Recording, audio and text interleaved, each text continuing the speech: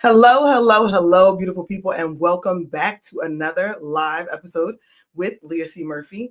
We are going to talk about what all of us may be observing or noticing. Either we're navigating it personally or we're seeing it happen to people that we care about, to loved ones, to friends, to community members, and that's really navigating this slowdown in the job market.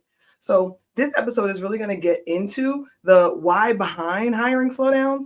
And we're also going to talk about some of the things that you can do to navigate and weather these storms. Because when companies hit pause, it requires us to make some kind of a change, right? Some kind of an adjustment to the way that we show up. So I'm excited that you're able to be here with me today. I appreciate everybody who is joining me here live.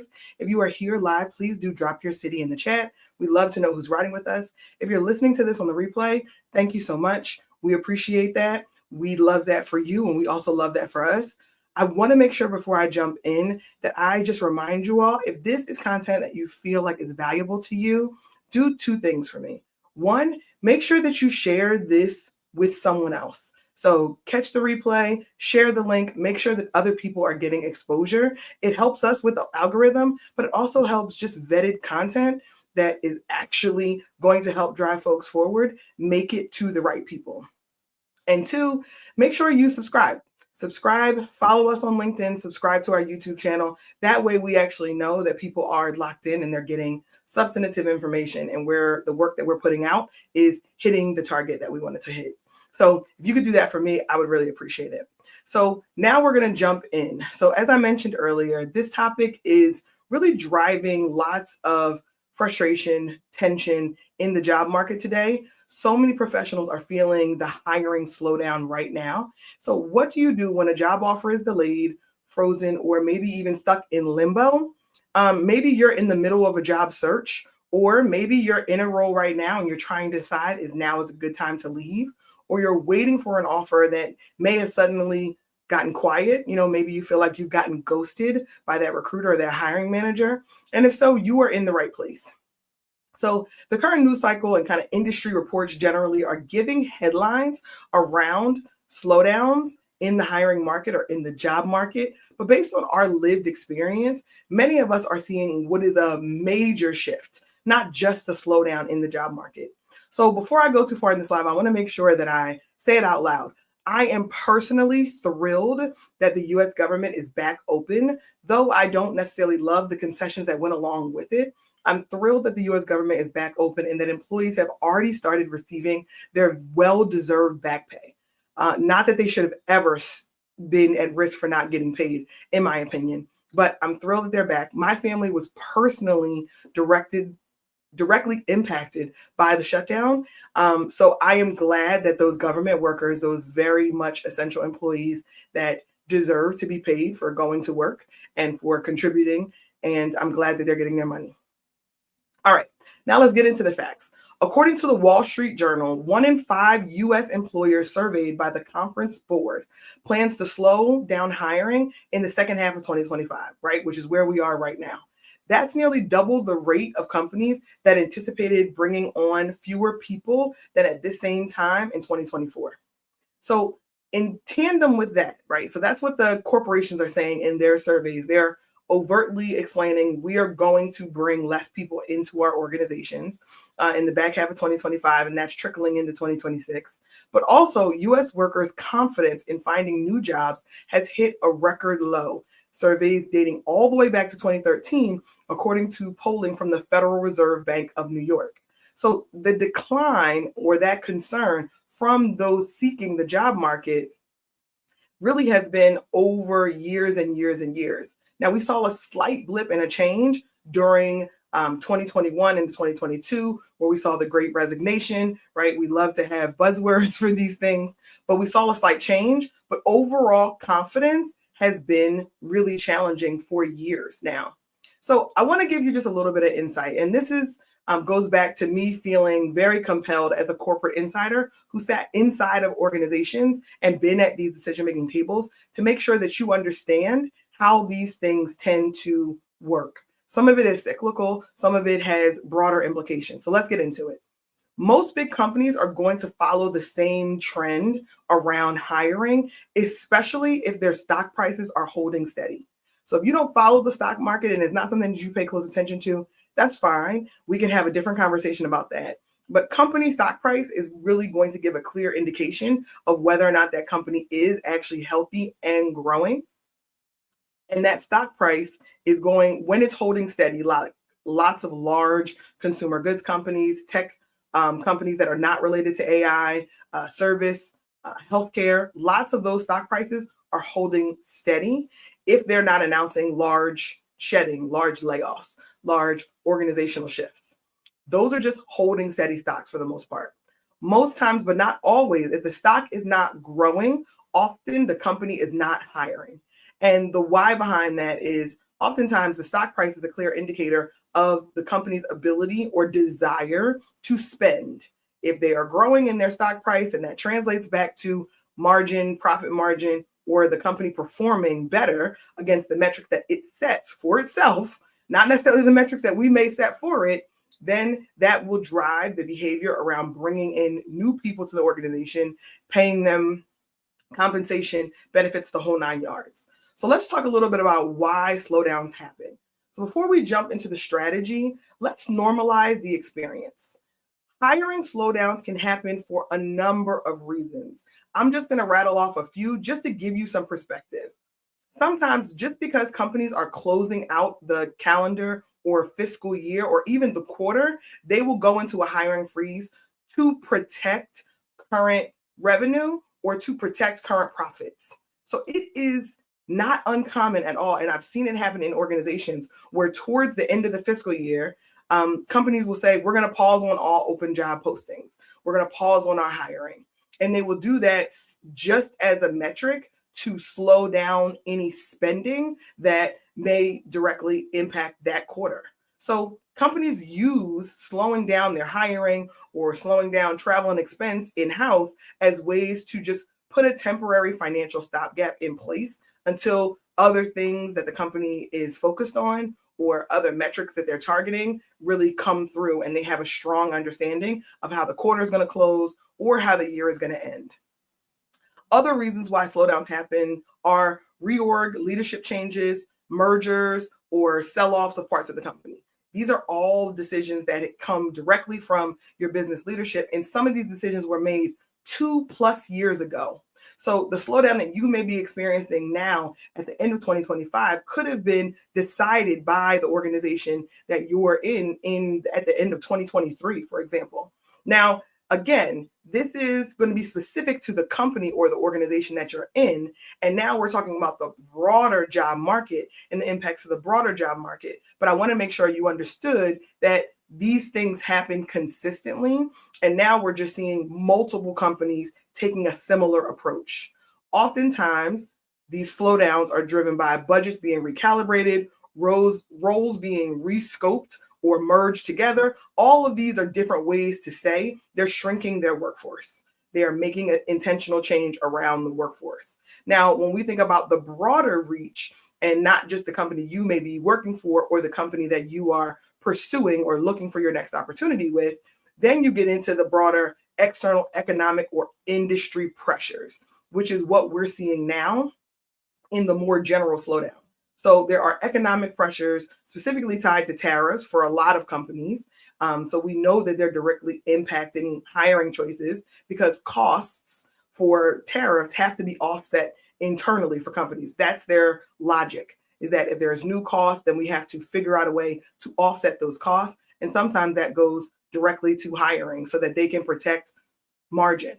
There's also changes in technology, right? So we're seeing the rise and continual dialogue around artificial intelligence and how it's going to change the workforce holistically. So because there are tariff pressures that lots of organizations are directly being impacted by and don't have any real control over.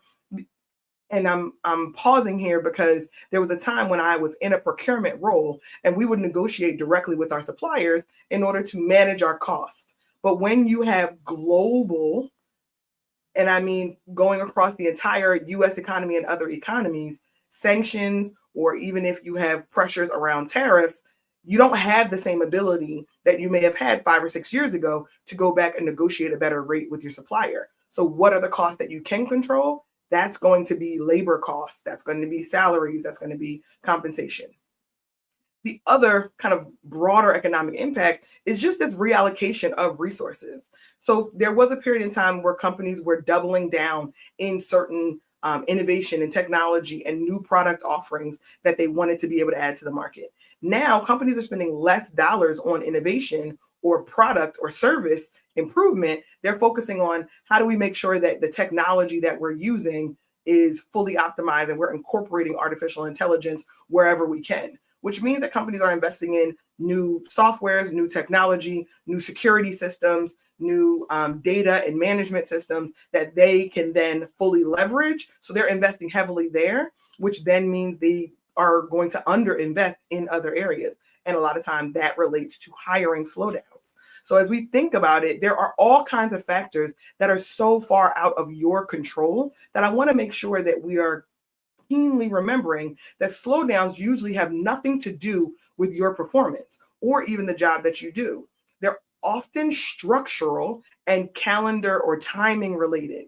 So candidly, I recommend anyone who is thinking about making a transition, leaving your existing role, even currently in an interview process for a new opportunity, add 3 to 6 weeks to your existing timeline if you are currently looking while the market is slower.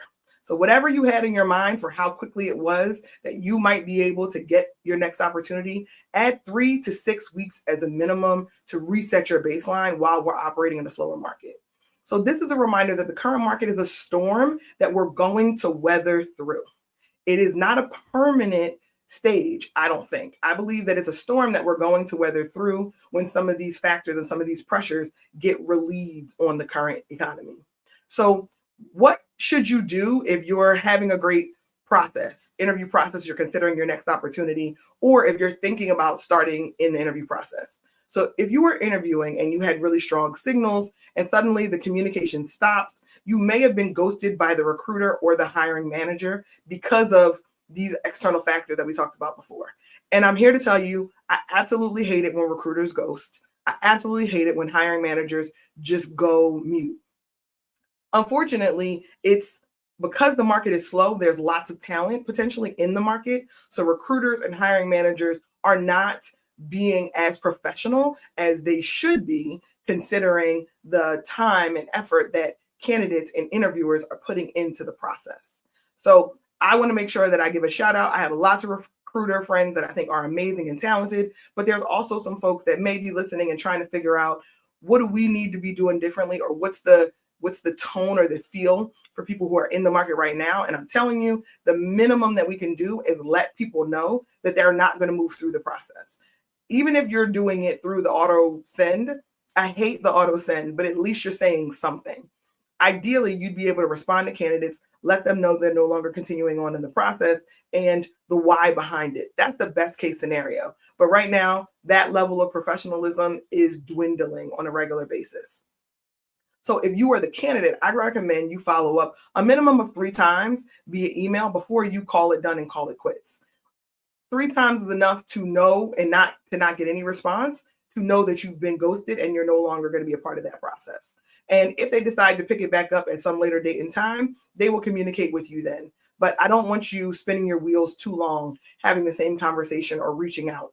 So send that email, right? And with a timeline clarification that uses language like, I'm still excited about the opportunity. I wanted to align on your hiring timeline. Is there anything that you can provide as far as an update? Or is there anything that I can provide you to help you with the process, right? So you're basically asking the recruiter, what's really good? What are we doing? Are we still on schedule according to the original discussion that we may have had, or has something changed? And if you're willing to do that and get a response, that gives you a chance to then have the dialogue with the recruiter or the hiring manager. If they don't respond, then you know that they ghosted you and they're moving on to someone else, or they may not be filling the role at all. Unfortunately, that's the reality of what we're navigating now. So sending that communication 3 times maximum, it keeps you warm without sounding anxious, but then you also have to think about, what am I doing in parallel path while that opportunity, whatever that 1, 2, or 3 opportunities are getting teased out while I'm waiting to hear back. So I recommend you always keep your network engaged in your process, because navigating what's happening real time today in December of 2025, as we're recording this, is one skill set. But being in the mindset that I'm constantly on the lookout for new opportunities, I stay ready so I don't have to get ready, is something that I recommend for every talented, high potential individual who's navigating their career. It's keeping your resume up to date, keeping your relationships fresh, reaching out to people, having informal connections, keeping relationships warm as often as possible, so that when the opportunity presents itself that you need to tap into those relationships, you have them because you've invested in them. So you must keep your options open all the time. You are a free agent in this job market. As companies are going to make the choices that are in their best interest, I want you to think about yourself as a free agent who is constantly open to new opportunities. So you can reach out to recruiters that you talked to earlier in the year or in previous years. You can think about making sure you're plugged into your professional association or professional organizations. This time of the year, there's lots of holiday parties, there's fundraiser events, there's all kinds of things that you can go to and attend in person to make sure you're massaging those relationships. And oftentimes, if you're saying, well, I'm in between roles and I'm not currently inside of an organization right now, so I don't want to spend the money to attend those events, you can reach out directly to the people who are hosting the event and let them know, I'm in between opportunities right now. Do you have any scholarships or any tickets that you that have been offered gratis by a sponsor or some kind of other support system? You would be shocked how many people will tell you, yes, absolutely. We have this many additional tickets, right, that are available to people who actually take the initiative and reach out to pursue them. Always keep your HR contacts at current companies informed that you are still very much interested in future opportunities with that organization. So you can tell them in a million different ways how you're interested. I recommend something like, I'm still exploring options for my next opportunity and I'm open to conversations. And that's just letting the HR person know, when the time comes, I got somebody who's already expressed interest. Maybe I don't even need to go through a formal, broader process that brings in, a lot of digital candidates from other platforms. So the summary is here: do not pause your search. Stay ready so you don't have to get ready. The number one mistake that people make is stopping their job search or cooling down their job search when they think an offer is coming. Until the offer is in hand, written, signed, agreed to, and all parties have moved and done their part in the process, keep looking, keep interviewing, keep applying, maintain your momentum. You are a free agent. You never want to put all your eggs in one basket until the time comes and the writing is hot, fresh, in the page, signature, dollars, all the things are done, right? So don't get to the point where you put down your search too soon until you know you've gotten confirmation. So I know personally, from having done job searches for myself, for my peers, also supporting a number of clients, there is an emotional process that goes behind it. There is fatigue, there's frustration, there's disappointment that goes into being in a market that is operating the way this 2025 market is. So I want to acknowledge that that's real. There is an emotional roller coaster that can come along with it. Hiring pauses can really feel personal. And I'm here to tell you, even though I gave you the facts at the top of this live, I know that some people will make them feel personal. They're not, but hearing the facts doesn't change the feelings that you may be navigating. So I want to encourage you to stay grounded in making sure that this is clearly a transition and a storm that we are weathering, and it may not have anything to do with your performance. It may be a reframe where you're slowing down and you're taking your time to make sure that you get with the right organization.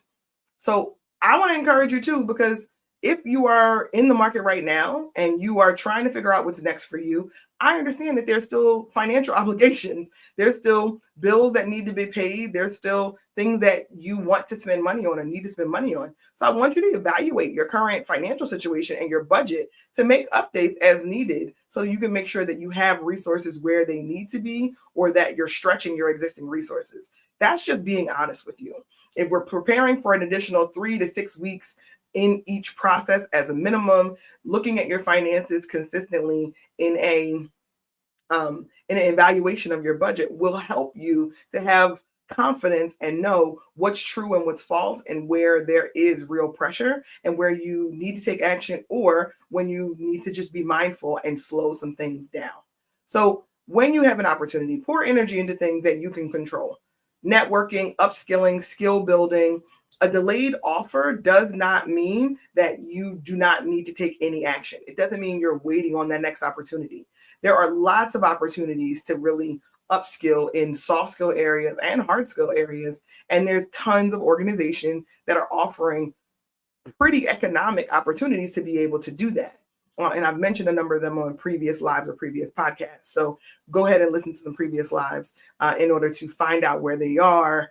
Off the top of my head, we have General Assembly, we have LinkedIn Learning, we have Coursera. Some of those platforms are currently offering upskilling opportunities where you can stay sharp, add new skills while you're in this shift or while you're in this transition. So your timeline will need to shift. Remember, we are weathering a storm. So if we're thinking about ways that we can stay competitive, even when companies are not moving, oftentimes you may hear some pretty boilerplate information around, updating your LinkedIn profile and, make a snappier about section. All of those things can be true. But I wanted to go a little bit deeper because I wanted to make sure that I was giving you substantive information that has been tested and isn't so general. So I want you to update your information sources. I want you to take advantage of deals or coupons, get a promotional subscription in print or digital to your local newspaper or your local business journal. This will help you get more targeted information on local company hiring trends. What we talked about at the top was this idea that the broader economy is slowing down. So that's going to have a direct impact to really big companies. It's also going to impact smaller local companies, but maybe to a lesser extent. So if you think about local companies, not large, maybe Fortune 500 organizations, you may be able to find targeted areas where those organizations are looking for contractors, or they're looking for part-time work, or they're looking for full-time opportunities. But your local business journals or your local newspapers can be fantastic resources for that. I'm a big fan personally. We're based out of Philadelphia.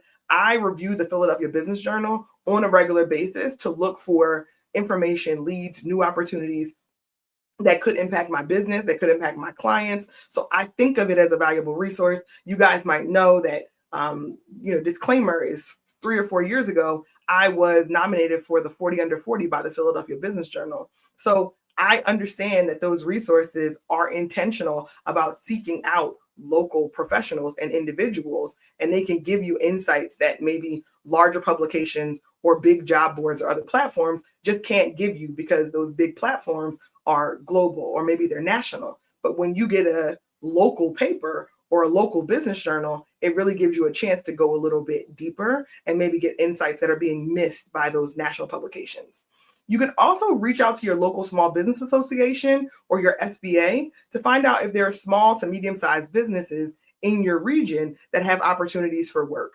And often those companies may not have a full budget to advertise on these larger digital platforms. So they may go to their local business association, small business association, or they may go to their local business publication in order to publicize the opportunities that are inside of their organization. Because normally there are smaller companies, so there's fewer opportunities, and it just doesn't make sense for them to invest the budget and spend lots of dollars with larger platforms. So those are some really, I think, stealth strategic hacks that you can take advantage of while you're targeting companies that are still hiring despite the slowdown.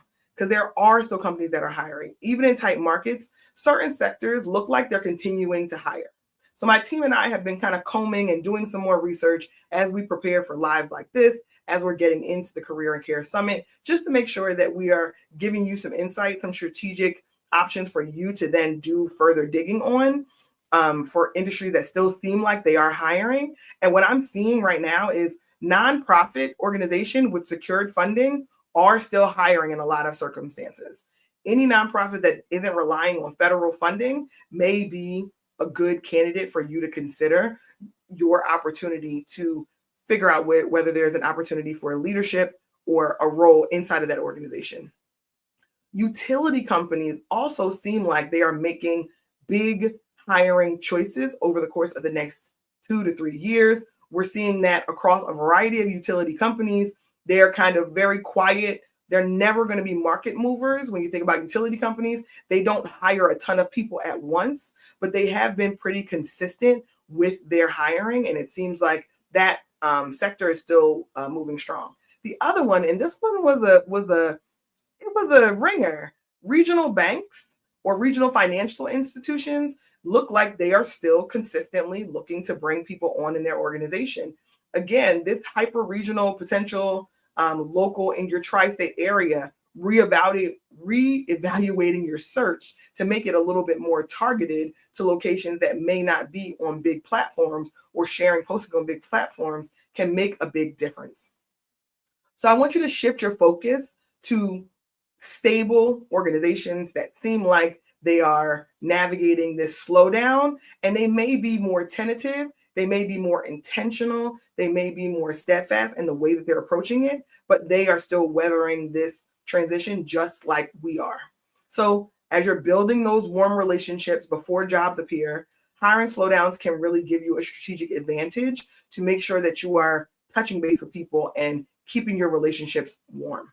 If you are thinking about making a transition or making a pivot coming out of a hiring slowdown or coming out of a role elimination, we should have a conversation, because there are strategic ways that you can use the time, the skills that you have in order to make a pivot.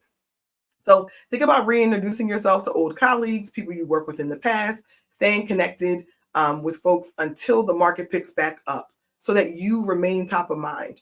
I believe that the market will shift. I believe we're in the middle of a storm and that there are indications that the market will shift.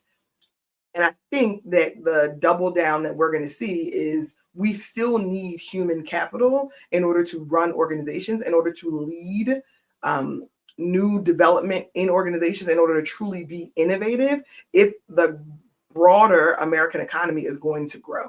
So when you're thinking about what your next role is, get to the point where you know where your numbers are.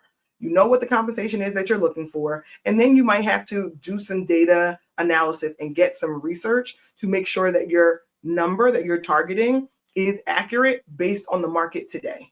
We let the current market determine our compensation number, not the other way around. We don't determine the compensation and then approach the market. We let the market tell us. We use the analysis and the tools available to make sure that the compensation number makes sense. So you need your target number, you need your walk away number where it's just not going to be a value proposition for you. And you need to make sure that you're consistent with your justification for why the compensation target you have set makes sense, what you bring to the table, how you've advanced, how you can add value to the organization. So we've said a lot here. We've covered a lot of bases, and I want to make sure that we get a chance to be able to digest it. And we've been in this together, and I hope you guys feel that.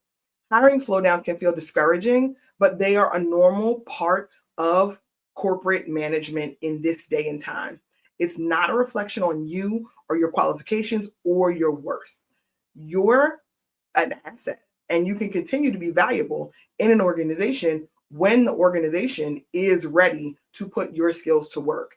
And in the interim, we may have to be creative in weathering the storm. So stay connected, stay prepared, do not hide, do not shrink into the background so that no one can find you and you don't remain top of mind.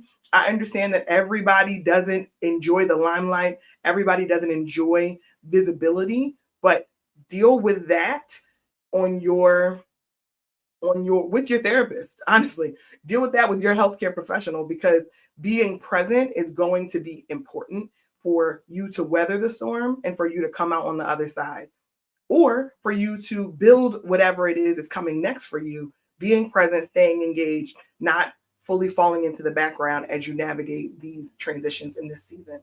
So I appreciate you spending the time with me today. I am making sure that I did not forget to let you guys know. You see the QR code here. or you see the QR code on one of these areas, and that lets you know that the Career and Care Summit tickets are available and on sale. We had an amazing Black Friday, Cyber Monday, all the things over the course of this weekend. Tickets are moving. We're really, really excited for that. But I want to make sure that you know we're going to go deep at the Career and Care Summit on negotiation, mental health in corporate, career strategies, CEO insights from the C-suite. We're going to cover a lot of bases at the Career and Care Summit, and I want you to be in the room. Take advantage, grab your ticket today. Head over to gemsforthejourney.org to get your ticket. Take full advantage of all of the gems that we are going to be dropping. We will be together on March 21st, 2026 at the Community College of Philadelphia. We want to see you there. Until next time, make your journey work for you. Thanks for riding with me.